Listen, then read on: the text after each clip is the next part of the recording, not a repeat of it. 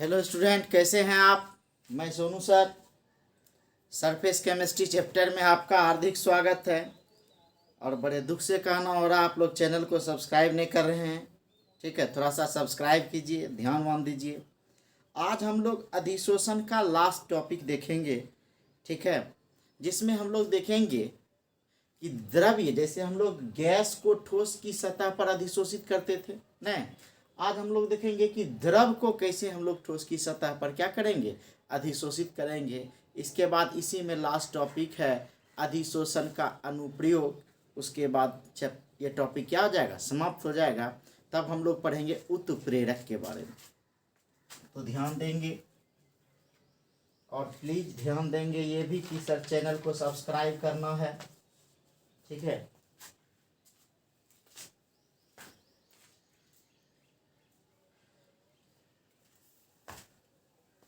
Channel को थोड़ा subscribe कर लीजिएगा। आज हम लोग पढ़ेंगे एडजॉर्प्शन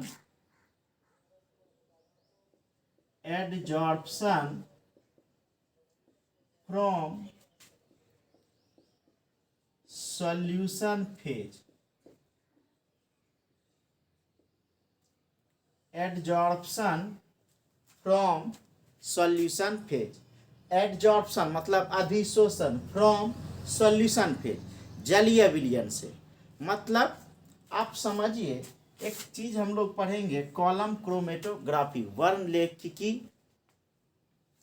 ठीक है, क्या है इसमें सर कि जैसे कि कोई विलयन है, ठीक है, और इस विलयन को इसमें क्या कर दिया गया, डाल दिया गया, और उस विलयन में जो है इसमें ठोस में एक कोई सतह लगा दिया गया है।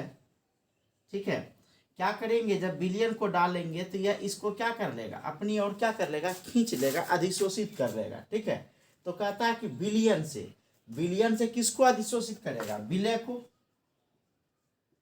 नहीं, आप समझिए, जैसे कि मान लेते हैं कि यह चारकोल है, एनिमल चारकोल है। ठीक है, और गंदे चीनी के रस को इसमें हम लोग क्या कर रहे हैं, डाल रहे हैं। तो जैसे डालेंगे तो इससे यह रस से क्या करेगा, उस गंदगी को यह क्या कर लेगा, अधिशोषित कर लेगा। या आप देखे होंगे कोयला, नहीं, कोयला जो घर में लकड़ी को जलाने के बाद बनता है, उसके ऊपर अगर पानी को गिराएंगे, ठीक है, अगर पानी से कुछ बदबू आता है तो यह कोयला उसको क्या कर लेता है, अपने अंदर खींच लेता है, उस गंध को अपने अंदर क्या कर लेता है, ये खींच लेता है। ठीक है, तो यह कहता है कि विलयन को जो सिर्फ हम लोग वहां गैस लिए थे, मतलब यहां अधिशोष्य जो है मेरा, यह अधिशोष्य है, और अधिशोषक तो ठोस ही होगा। यह द्रव हो गया, यह क्या हो जाएगा मेरा, अधिशोषक। नहीं, तो यह जो द्रव अधिशोष से जो सब्सटेंस इस सतह पर जाता है, यही कहलाता है, ठीक है, अधिशोषण जो हो रहा है यही कहलाता है द्रव्य विलयनों का अधिशोषण। तो इसका हिंदी होता है विलयन अवस्था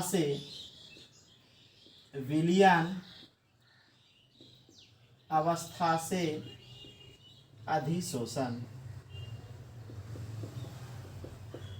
हम लोग पिछले क्लास में पढ़े थे कि जैसा हम लोग पढ़े थे कि गैस का ठोस के सतह पर अधिशोषण, नहीं, friendly adsorption isotherm, same situation यहाँ होगा, सिर्फ वहाँ हम लोग प्रेशर पढ़े थे।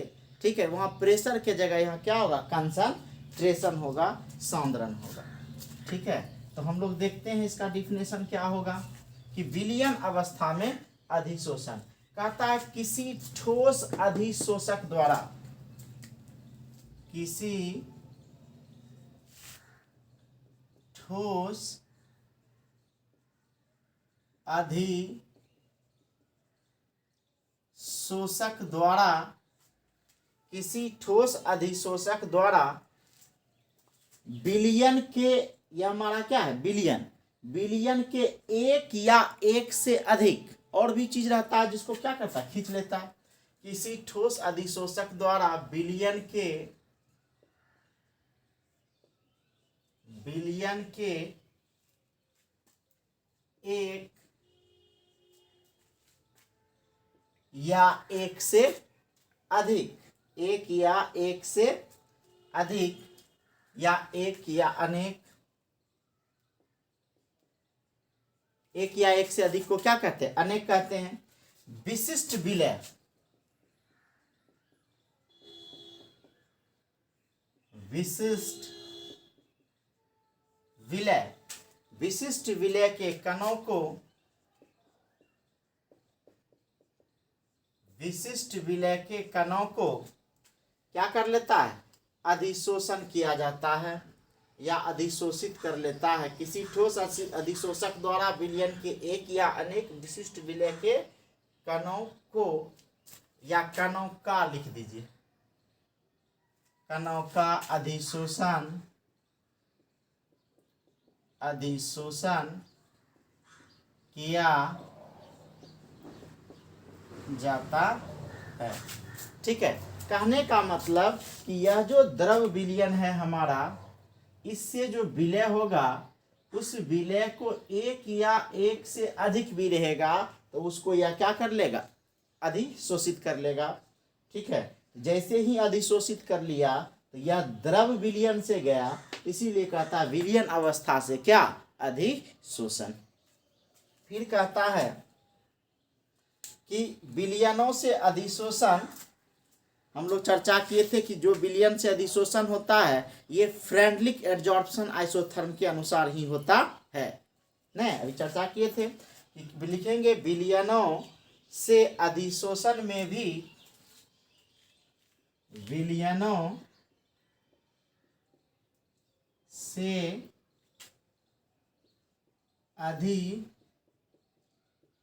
अधिशोषण में भी फ्रेंडलिक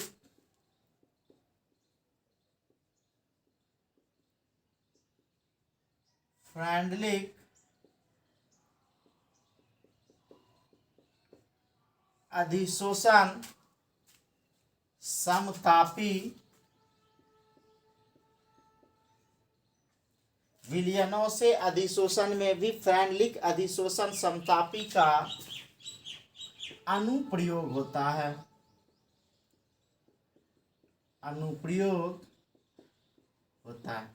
सेम वही रहेगा, सिर्फ बताए थे कंसंट्रेशन के जगह क्या हो जाएगा, यहाँ सॉरी प्रेशर के जगह क्या हो जाएगा? कंसंट्रेशन। तो क्या लिखेंगे कि केवल, इसको ब्लू से लिख देते हैं, केवल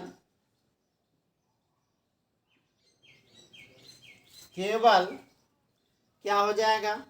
सम दाब के स्थान पर, केवल सौम्य दाब के, सौम्य दाब मतलब प्रेशर के स्थान पर किसका? कंसंट्रेशन। किसका कंसंट्रेशन? विलयन की सांद्रता,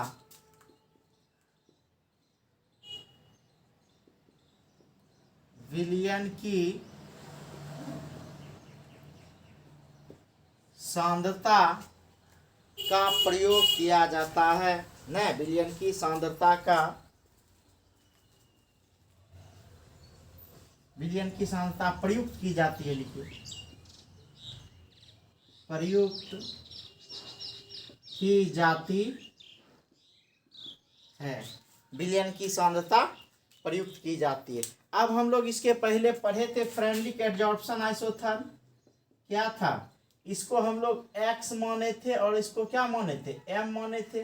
नहीं, तो क्या हो जाएगा? अर्थात x/m समानुपाती, हम लोग दाब बढ़ाए थे और यहाँ क्या हो जाएगा? सांद्रण। तो x समानुपाती c पर पावर क्या हो जाएगा? 1/m। अब फिर समानुपाती हटाएंगे तो क्या करना होगा? कांस्टेंट देना होगा। तो x/m बराबर k इंटू क्या हो जाएगा? c। सेम हम लोग जो पहले पढ़े थे वही है, 1/n। नहीं, अब कहता है कि लॉग, दोनों और लॉग, इसको समीकरण फर्स्ट मान लीजिए, या मान ही लीजिए फर्स्ट, समीकरण फर्स्ट में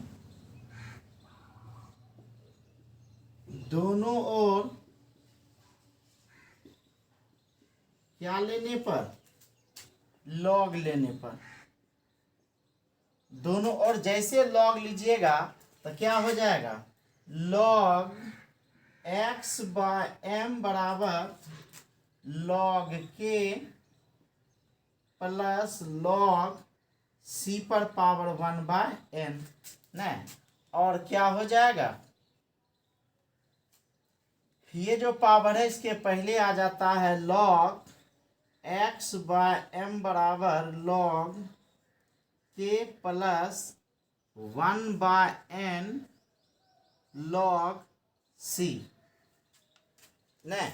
अब देखिए तो यह जो समीकरण हमको प्राप्त हुआ यह भी स्ट्रेट लाइन इक्वेशन है, समीकरण सेकेंड मान लेते हैं इसको। तो समीकरण जब फर्स्ट में दोनों ओर लॉग लिए तो ये हमको प्राप्त हुआ। तो देखिए तो ये ग्राफ है y बराबर क्या हो जाएगा, m x और यहाँ प्लस क्या हो जाएगा c। तो इससे भी क्या हो जाएगा कि जब एक ग्राफ खींचा जाएगा न x बाय m तथा c के बीच तो एक क्या होगा, स्लोप प्राप्त होगा। ठीक है, जो क्या होता है, यह क्या y बराबर एम एक्स प्लस सी स्ट्रेट लाइन इक्वेशन के क्या होता है, समान होता है। फटाक से लिखिए, तब एक लाइन हम लोग नीचे में लिखेंगे जल्दी।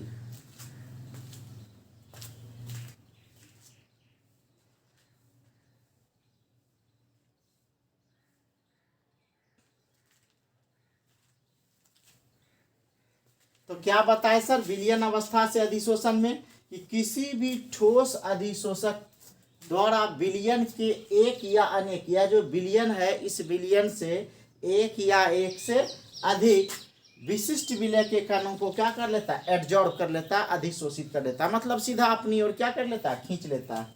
ठीक है, कहता है कि विलयनों से अधिशोषण में भी फ्रेंडलिक अधिशोषण समतापी का अनुप्रयोग होता है। जैसे हम लोग गैस का पढ़े थे ठोस पर, उसी तरह हम लोग इसका भी पढ़ेंगे। तो कहता है कि अंतर क्या है सर, तो केवल सौम्य दाब मतलब दाब के स्थान पर विलयन की सांद्रता, विलयन की सांद्रता को सर हम लोग सी से लिखते हैं।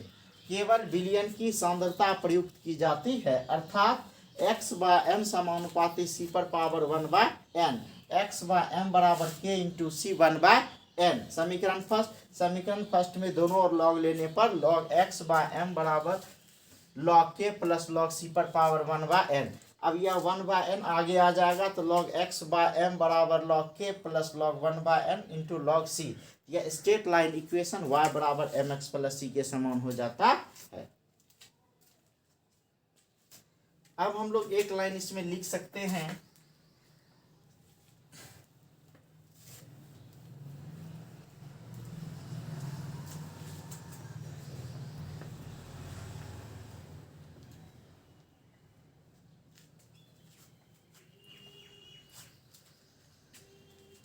एक लाइन लिख सकते हैं कि log x by m, log x by m versus न के विरुद्ध c, मतलब यहाँ log लगा देंगे, log x by m versus log c। न क्रिकेट में होता है भारत वर्सेस पाकिस्तान, तो उसी तरह log x by m versus log c के विरुद्ध होता है।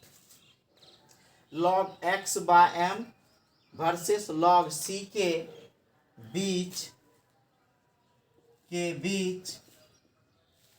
ग्राफ खींचने पर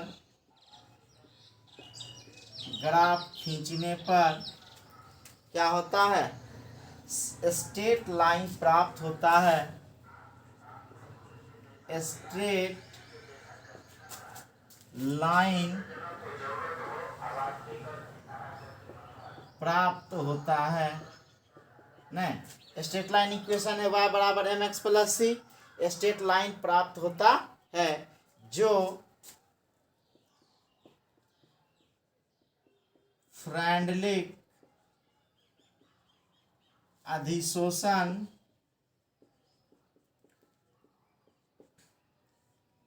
समतापी की सत्यता एवं उपयोगिता को सूचित करता है। जो फ्रेंडलिक अधिशोषण समतापी की सत्यता एवं उपयोगिता, सत्यता एवं उपयोगिता को सूचित करता है,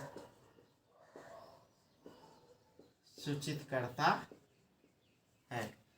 अब क्या होता है कि यह अधिशोषण, जैसे हम लोग उसमें देखे थे, अधिशोषण को गैस की ठोस पर जो अधिशोषण हो रहा था उसको कौन कौन से कारक प्रभावित करते थे, तो यहाँ भी देखेंगे विलयन अवस्था में जो है अधिशोषण को कौन कौन से दर जो है क्या करते हैं, प्रभावित करते हैं।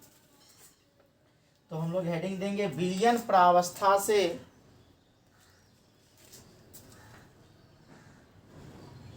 विलयन प्रावस्था से, विलयन प्रावस्था से अधिशोषण में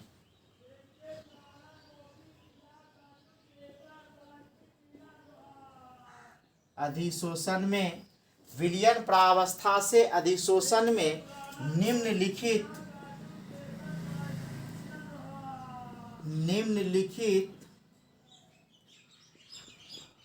प्रेक्षण मतलब प्रयोग प्राप्त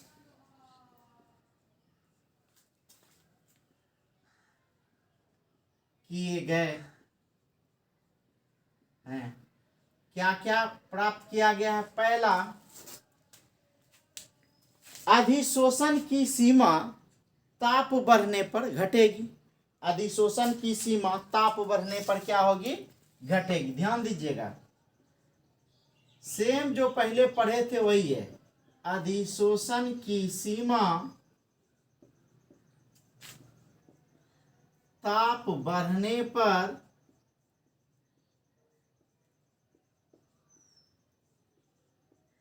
घटती है। हम लोग पढ़े थे पिछले क्लास में कि भौतिक अधिशोषण और रासायनिक अधिशोषण में अंतर है। भौतिक अधिशोषण में ताप बढ़ेगा तो अधिशोषण दर घटेगा, और रासायनिक अधिशोषण में ताप बढ़ेगा तो शुरुआत में तो अधिशोषण दर बढ़ेगा, फिर अधिशोषण दर क्या आ जाएगा? घट जाएगा। और यहाँ द्रव विलयन के कंडीशन में कहता है कि अधिशोषण की सीमा ताप बढ़ने पर घट जाएगा। जितना ताप बढ़ाएंगे अधिशोषण दर उतना ही क्या हो जाएगा? घट जाएगा। दूसरा कहता है कि अधिशोषण की सीमा अधिशोष और अधिशोषक की प्रकृति पर निर्भर करता है। इसके पहले भी हम लोग देखे थे, ये हम लोग द्रव के लिए देख रहे हैं, द्रव विलयन के लिए देख रहे हैं कि अधिशोषण की सीमा अधिशोष और अधिशोषण की सीमा अधिशोष और अधिशोषक की प्रकृति पर निर्भर करती है। तो यहाँ क्या लिख देंगे? अधिशोषण की सीमा अधिशोष और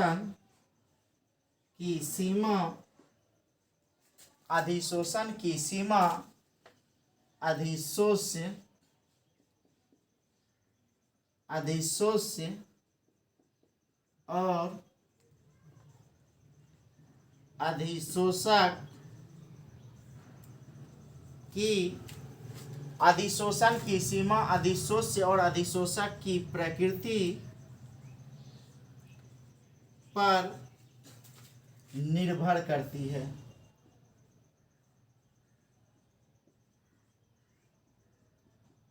नहीं, अधिशोषण की सीमा अधिशोष और अधिशोषक की प्रकृति पर क्या करता है? निर्भर करता है। अब हम लोग तीसरा देखेंगे। फिर कहता है अधिशोषण की सीमा, अब देखिए यह तो दाब है नहीं, सांद्रता है, इसके सांद्रता पर भी क्या करेगा? निर्भर करेगा। तो क्या लिख सकते हैं? अधिशोषण की सीमा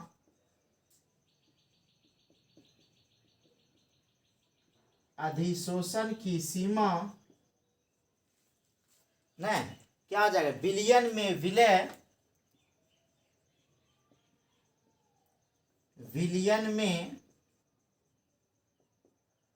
विलय की सांद्रता पर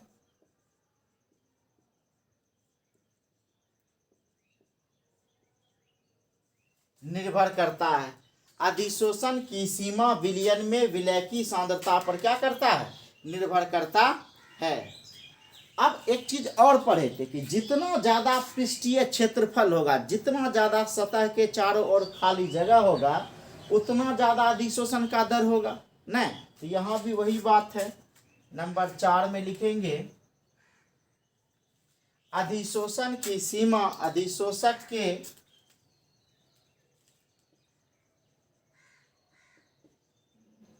अधिशोषण की सीमा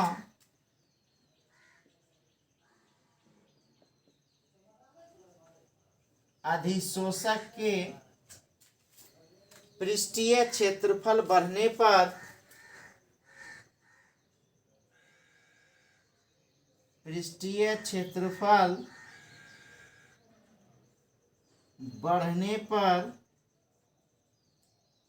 बढ़ता है। पृष्ठीय क्षेत्रफल बढ़ने पर बढ़ता है। तो क्या हम लोग बोले इसमें कि विलयन अवस्था में अधिशोषण का कुछ परीक्षण किया गया कि यह कैसे काम करता है। तो पहला जो परीक्षण था कि अगर टेम्परेचर को बढ़ाया गया तो अधिशोषण का दर घट जाता था। ठीक है, अधिशोषण की सीमा ताप बढ़ने पर घट जाती है। फिर देखा कि अधिशोषण की सीमा इस अधिशोष्य और अधिशोषक की प्रकृति नेचर पर, कि वही इस पर जाएगा जो इसमें जमने वाला है, सब तो नहीं चला जाएगा। तो वही कहता है उसकी प्रकृति पर निर्भर करता है। अब हम लोग पढ़े थे कि गैस अवस्था में कि दाब के क्या होता है समानुपातिक, जितना ज़्यादा गैस का दाब बढ़ाएंगे उतना ज़्यादा अधिशोषण होगा। लेकिन एक सीमा के बाद क्या हो जाता था, दाब से स्वतंत्र हो जाता था। यहाँ तो दाब होगा नहीं, दाब के बदला सांद्रता होगा। तो वही कहता है अधिशोषण की सीमा विलयन में विलय की सांद्रता पर क्या करता है, निर्भर करता है। फिर लास्ट में आता है सरफेस एरिया, कि जितना ज़्यादा पृष्ठीय क्षेत्रफल होगा सर उतना ज़्यादा अधिशोषण होगा। जितना इसको टुकड़ा टुकड़ा छोटा छोटा टुकड़ा हम काटेंगे तो सरफेस एरिया बढ़ जाएगा, तो अधिशोषण दर क्या हो जाएगा, बढ़ जाएगा। तो ये आपका समाप्त हो गया। हम लोग पढ़ेंगे अब अधिशोषण का अनुप्रयोग। फटाक से स्क्रीनशॉट लीजिए।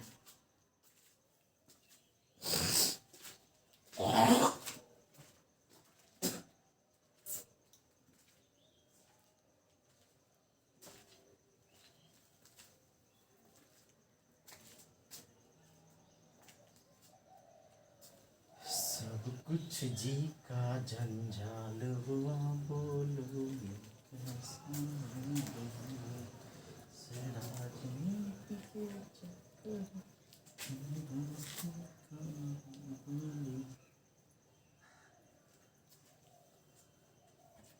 आप लोग थोड़ा ढंग से पढ़िए। ठीक है, कोई भी दिक्कत हो तो आप क्वेश्चन पूछ सकते हैं, पूछने में कोई पैसा नहीं लगता है।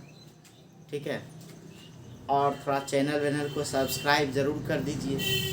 ठीक है, और ऐसा नहीं कि बस हम पढ़ाते जा रहे हैं आप कॉपी में पढ़ते रह जाएं।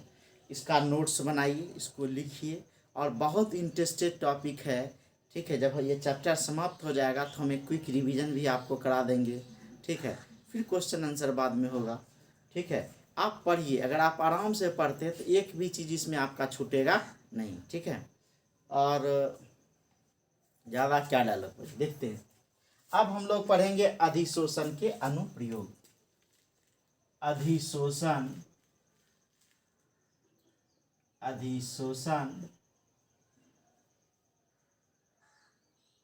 के अनुप्रयोग।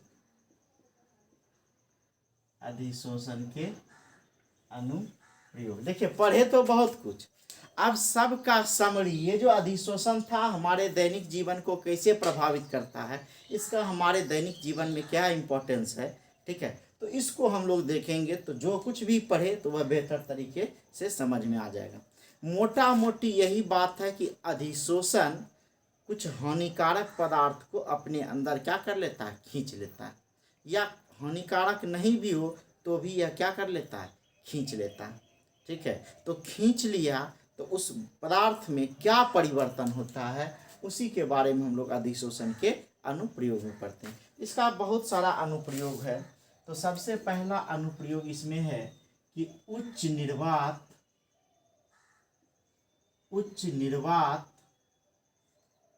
उत्पन्न करने में, उच्च निर्वात उत्पन्न करने में।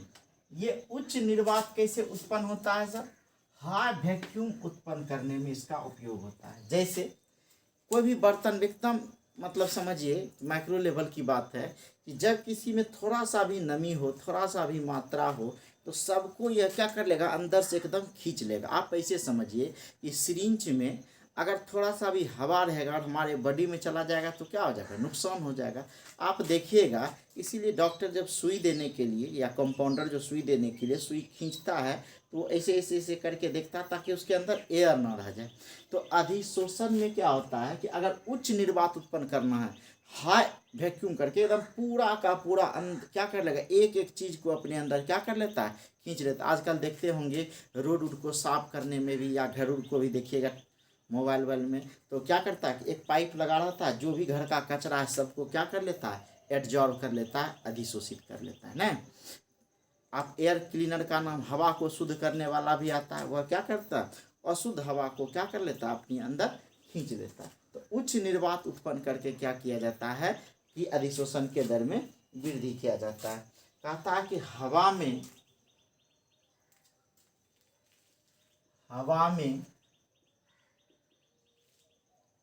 अत्यंत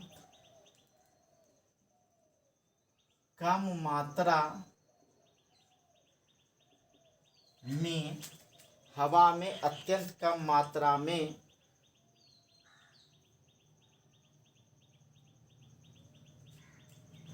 उपस्थित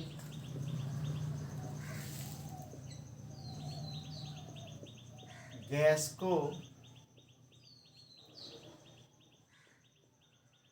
चारकोल, ठीक है, चारकोल द्वारा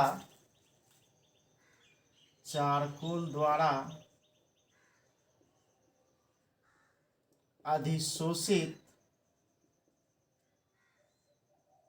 कराने के लिए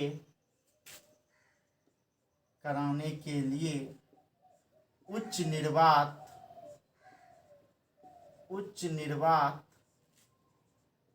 उत्पन्न की जाती है, उच्च निर्वात उत्पन्न की जाती है। ठीक है, कि बहुत सूक्ष्म मात्रा में है और उसको क्या कर लेगा, हवा को खींच लेने के लिए क्या किया जाता है, अधिशोषण चारकोल द्वारा अधिशोषित करने के लिए उच्च निर्वात उत्पन्न की जाती है। तो पहला तो हो गया उच्च निर्वात उत्पन्न करने में। दूसरा होता है बीमारियों के उपचार में।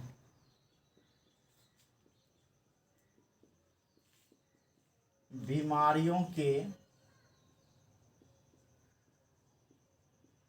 उपचार में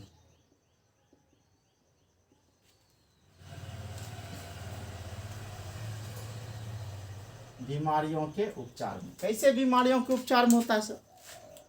आप पहले सरकारी हॉस्पिटल जाते होंगे या महलम लगाते होंगे। जैसे किसी का स्किन जल गया या छिला गया या स्किन बीमारी है, मतलब फुंसी तुंसी है, तो एक रोशना जैसा पहले सरकारी हॉस्पिटल में लगा दिया जाता था, उसमें आयोडीन होता था, आयोडीन उड़ने वाला होता है। तो जैसे इस सतह पर लगाया तो वह क्या करेगा, इसके बैक्टीरिया को, जीवाणु को क्या कर लेगा, मार देगा या अपने साथ अधिशोषित कर लेगा नहीं। और बहुत सारा मेडिसिन है जो क्या करता है कि इस बीमारी को क्या कर लेता है या बैक्टीरिया को क्या कर लेता है, जीवाणु को खत्म कर देता है, मतलब अधिशोषित कर लेता है। तो बीमारियों के उपचार में भी अधिशोषण की प्रक्रिया। ऐसे भी आप सुने होंगे कि एक ठेंगी जोंक का नाम सुने होंगे, तो एक इलाज होता है उसके द्वारा। ठेंगी जोंक के द्वारा क्या इलाज होता है, एक जोंक होता है जो खून को चूसता है नहीं। तो जिसको शरीर में जैसे कि किसी का घाव है, बहुत पुराना घाव और सूख नहीं रहा है, ठीक है, या अन्य प्रकार की और भी अंदर में बीमारी है ब्लड से रिलेटेड, तो वह क्या करेगा कि उस ठेंगी जोंक को लगा देगा। वह ठेंगी जोंक क्या करेगा, सारा ब्लड को क्या कर लेगा, खींच लेगा।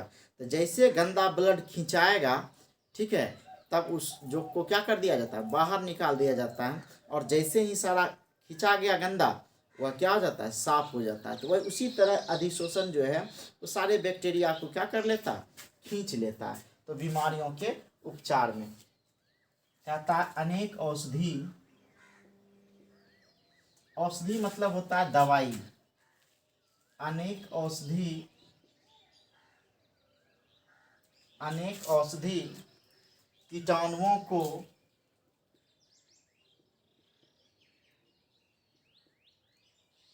कीटाणुओं को अधिशोषित कर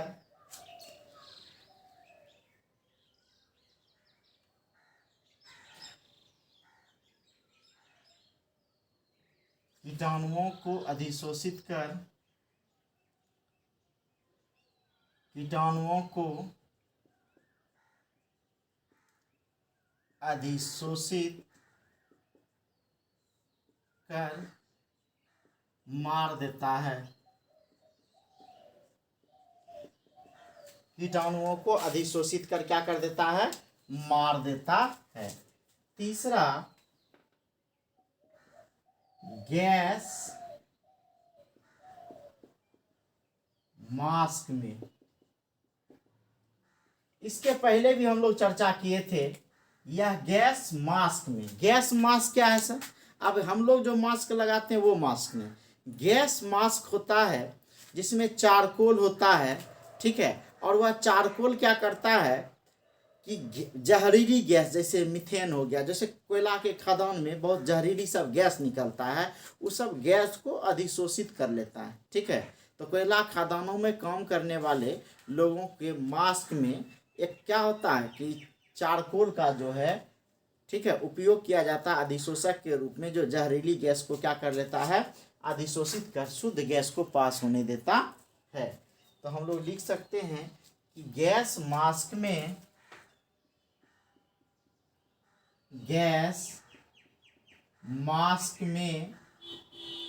सक्रिय चारकोल, गैस मास्क में सक्रिय चारकोल, गैस मास्क में सक्रिय चारकोल होता है, चारकोल होता है जो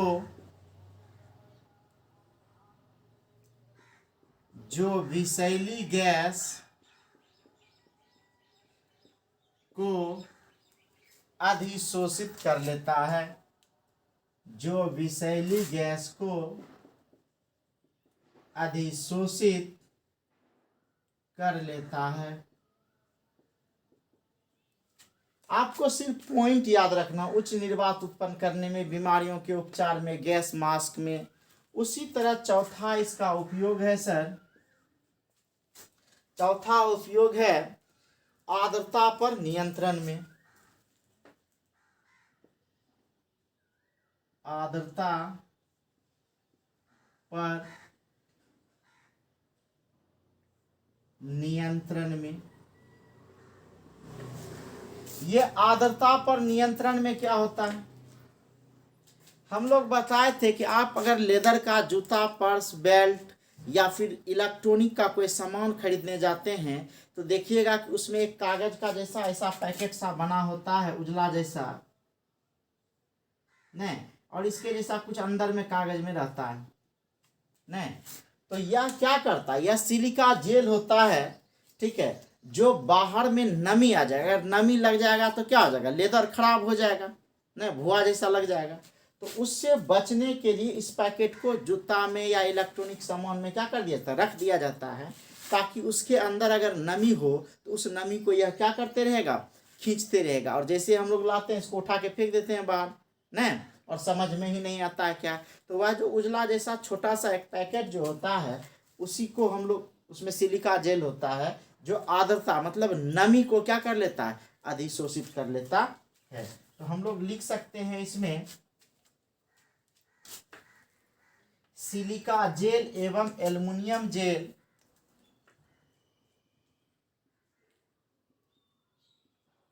सिलिका जेल एवं एल्युमिनियम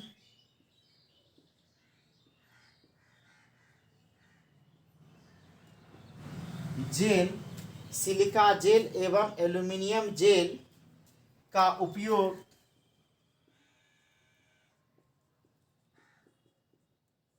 नमी को दूर करने में किया जाता है।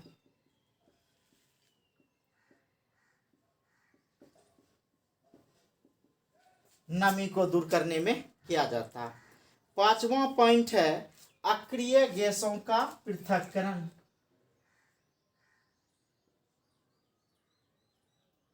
अक्रिय गैसों का पृथक्करण। पृथक्करण मतलब होता है अलग करना।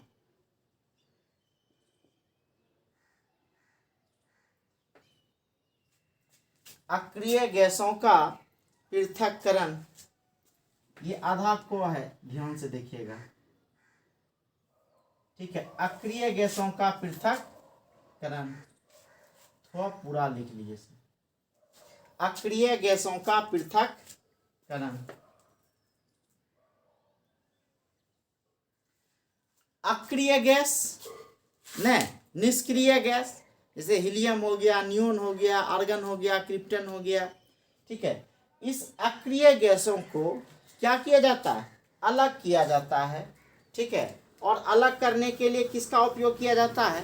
तो नारियल का चारकोल, मतलब नारियल का जो जलाने के बाद वो लकड़ी प्राप्त होता है, ठीक है। और हम लोग बताए थे चारकोल कैसे बनाते हैं, हवा की अनुपस्थिति में जब किसी को क्या किया जाता है, जलाया जाता है या गर्म किया जाता है, तब जो कोयला बनता है, ठीक है। तो वह जो है नारियल चारकोल का उपयोग जो है अक्रिय गैसों को अधिशोषित करने में किया जाता है। तो हम लोग बोलेंगे नारियल चारकोल में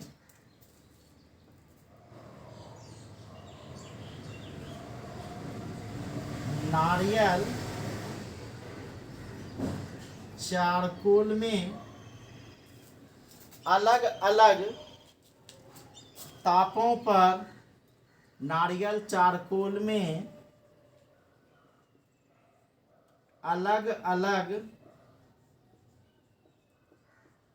तापों पर, नारियल चारकोल में अलग अलग तापों पर क्या हो जाएगा, अलग अलग तापों पर अलग अलग अक्रिय गैस को, नारियल चारकोल में अलग अलग तापों पर विभिन्न लिख देते हैं सर, विभिन्न गैसों,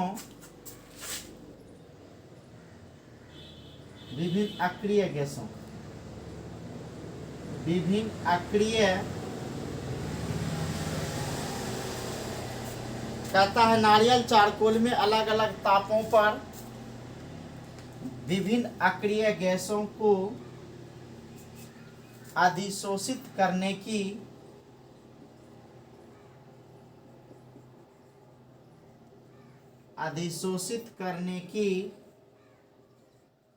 प्रवृत्ति होती है।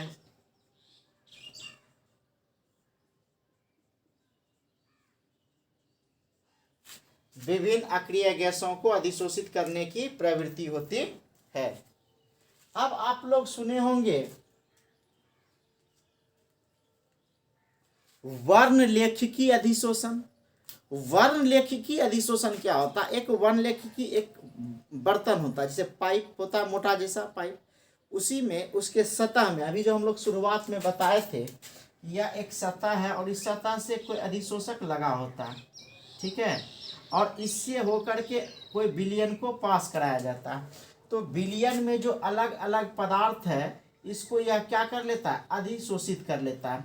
और चूंकि यह अलग अलग पदार्थ को मतलब इसमें जो मिला हुआ पदार्थ है अलग अलग, मान लेते हैं कि इसमें ए बी सी 3 पदार्थ हैं, तो यह ए को अधिशोषित कर लिया, यह बी को अधिशोषित कर लिया, और यहाँ क्या हो गया, सी को अधिशोषित कर लिया। तो यह जो अधिशोषित किया, तो यह तीनों अलग अलग एक बैंड के रूप में दिखता है न, और इसी बैंड को के कारण इसका नाम क्या पड़ा, क्रोमेटोग्राफी पड़ा, ठीक है, वर्णलेखिकी, ठीक है। तो इसमें कहता है कि यह क्या कर लेता है कि अलग अलग, और सब अपना अपना अलग अलग कलर दिखता है कि अच्छा इसको अधिशोषित किया तो ये इस रंग का, इसको अधिशोषित किया तो ये इस रंग का, इसको अधिशोषित किया तो इस रंग का, ठीक है। इसके बारे में हम लोग पढ़ेंगे, और धातु के निष्कर्षण चैप्टर में भी, ठीक है, इसका हम लोग वर्णलेखिकी विधि का चर्चा वहां करेंगे, ठीक है।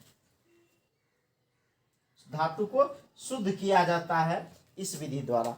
तो कहता है वर्णलेखिकी विश्लेषण में, अगला छठा, वर्णलेखिकी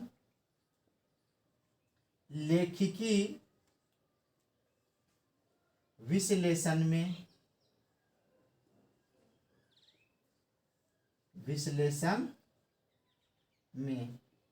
तो यह वर्णलेखिकी विश्लेषण में क्या होता है?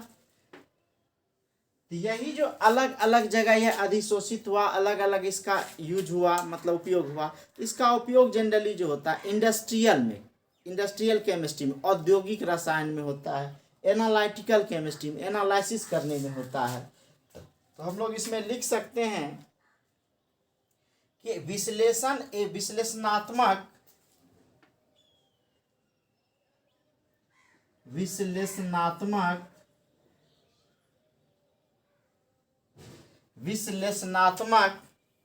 तथा रसायन उद्योग में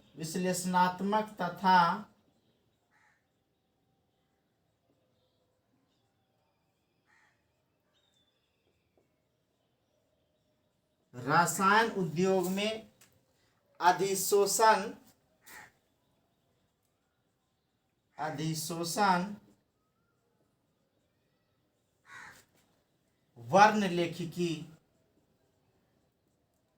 अधिशोषण वर्णलेखिकी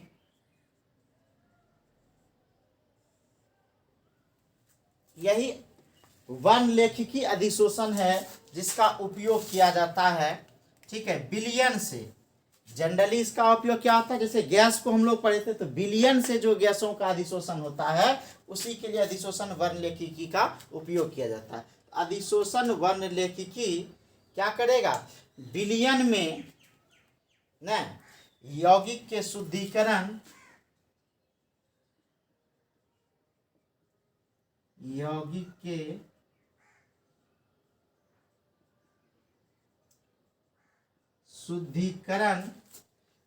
के शुद्धिकरण एवं जटिल विलयनों ने हम लोग पढ़े थे इसके पहले कि विलयन से अलग अलग क्या होता है, पदार्थ को क्या किया जाता है? एडजॉर्ब किया जाता है। तो कहता है कि वर्णलेखिकी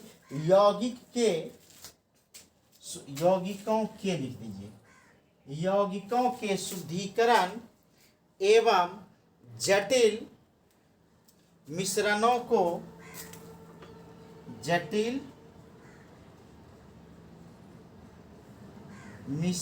को अधिशोषण वर्णलेखिकी यौगिकों के शुद्धिकरण एवं जटिल मिश्रणों को अलग करने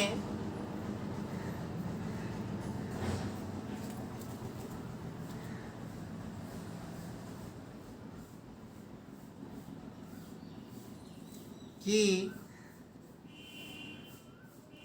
विधि है। ठीक है, सीधा सा समझना है कि बिलियन में जो एक से अधिक पदार्थ है, उस पदार्थ को जिसको वह अधिशोषित कर सकता है उसको अधिशोषित कर लेता है। तो किसको अधिशोषित कर लेगा? तो जटिल मिश्रणों को। और यौगिक में क्या होगा? यौगिकों के शुद्धिकरण में, कि वह कंपाउंड है उसमें और भी अशुद्धि है तो जिसको यह क्या कर लेगा? एब्जॉर्ब कर लेगा। जैसे भी हम बताए थे कि धातु के निष्कर्षण में, शुद्धिकरण में इसका उपयोग होता है। ठीक है, तो इतना स्क्रीनशॉट लीजिए, फिर कुछ बचा हुआ है तो इसको लिखते हैं फटाक से।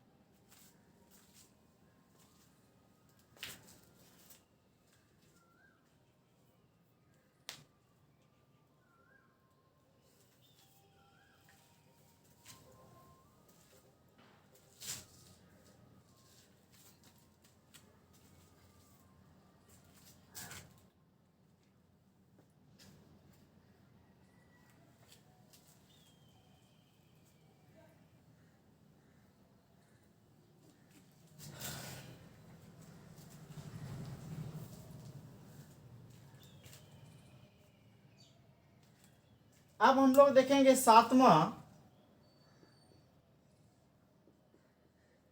विलयनों से रंगीन पदार्थ हटाने में। विलयनों से रंगीन पदार्थ हटाने में। आप चीनी देखे होंगे ना, तो जब चीनी का प्रोसेसिंग किया जाता है तो यह काला सा चीनी आता है, एकदम गंदा सा चीनी लगेगा। ठीक है, तो उसमें क्या किया जाता है कि एनिमल चारकोल न, मतलब जंतु के हड्डी का बना हुआ कोयला जो है उसमें डाल दिया जाता है, और उसको डाल करके क्या किया जाता है कि एकदम चीनी को उजला चकाचक कर दिया जाता है। क्यों?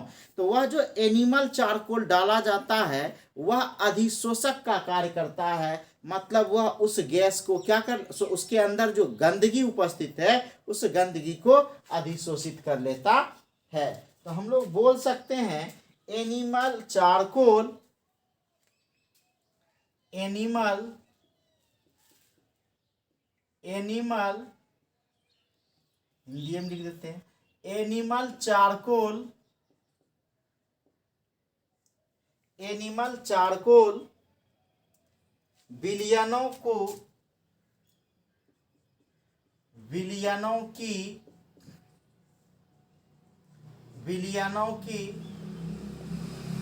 रंगीन अशुद्धियों,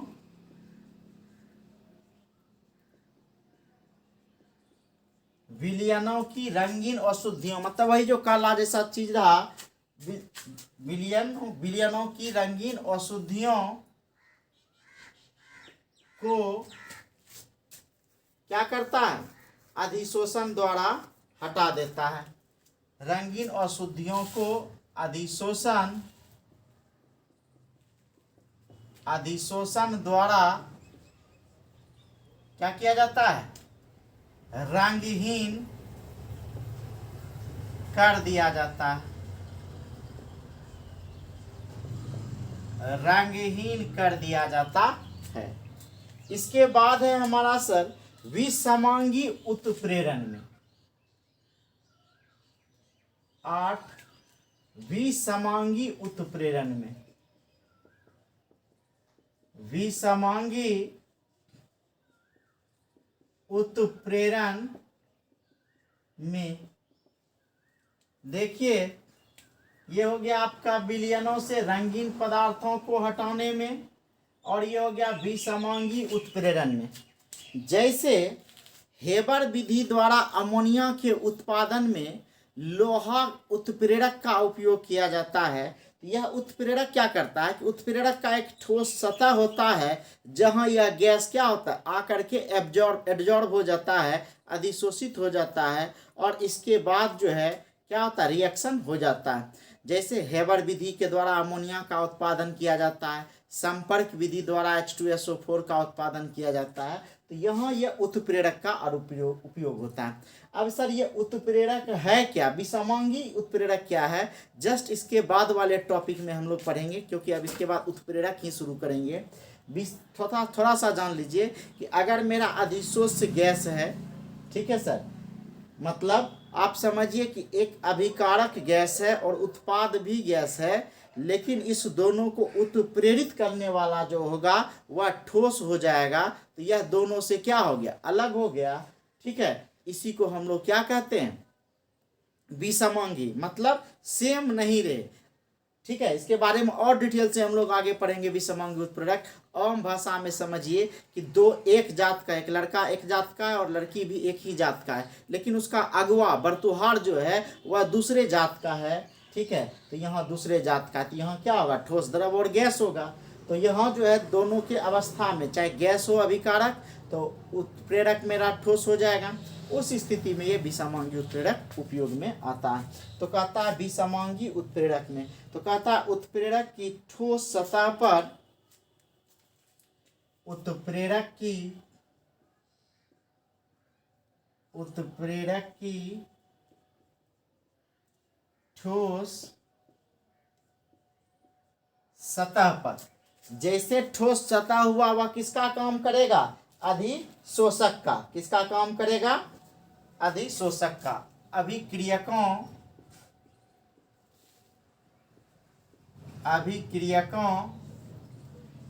का अधिशोषण, अभिक्रियकों का अधिशोषण अभिक्रिया की दर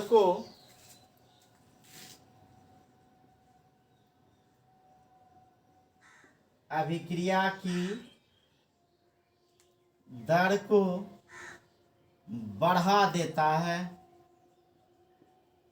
अभिक्रिया की दर को बढ़ा देता है।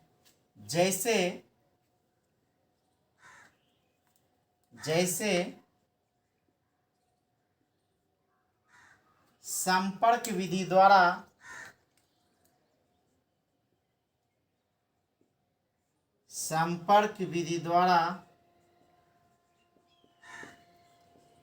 H2SO4 का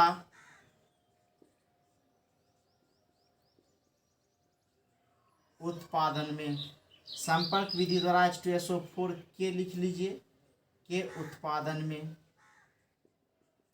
H2SO4 के उत्पादन में। इसके अलावे भी बहुत सारा उपयोग है, जैसे फेन उत्प्लावन विधि में हो गया, जल को शुद्धिकरण करने में भी। हम लोग केवल पॉइंट लिख देते हैं सर, ठीक है, यहाँ लिख देते हैं।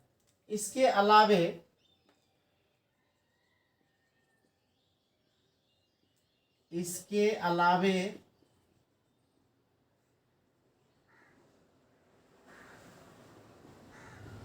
अधिशोषण का उपयोग, अधिशोषण का अनुप्रयोग, इसके अलावे अधिशोषण का अनुप्रयोग फेन उत्प्लावन विधि में, फेन प्लावन विधि में जल शुद्धिकरण में,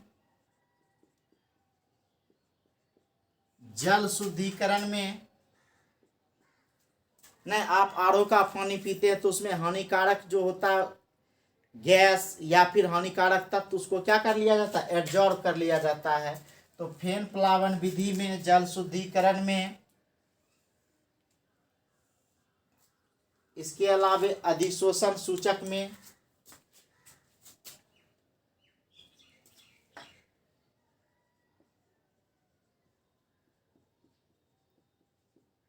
अधिशोषण सूचक में, ये अधिशोषण सूचक क्या होता है सर, कि मतलब किसी भी पदार्थ को कितना अधिशोषित कर लिया, और अधिशोषित पूर्ण रूपेण अधिशोषित करने के बाद जो अंत में बच जाता है, जैसे मान लिया जाता है उसका रंग मान लिया जाए काला है, अब कोई पदार्थ को अधिशोषित किया उस रंग को, और पूरा अधिशोषित करने के बाद उसका रंग कैसा बचा, ठीक है, उसी को अधिशोषक सूचक हम लोग कहते हैं। अधिशोषण सूचक में इत्यादि, ठीक है, अनुप्रयोग होता है। अधिशोषक में इत्यादि में,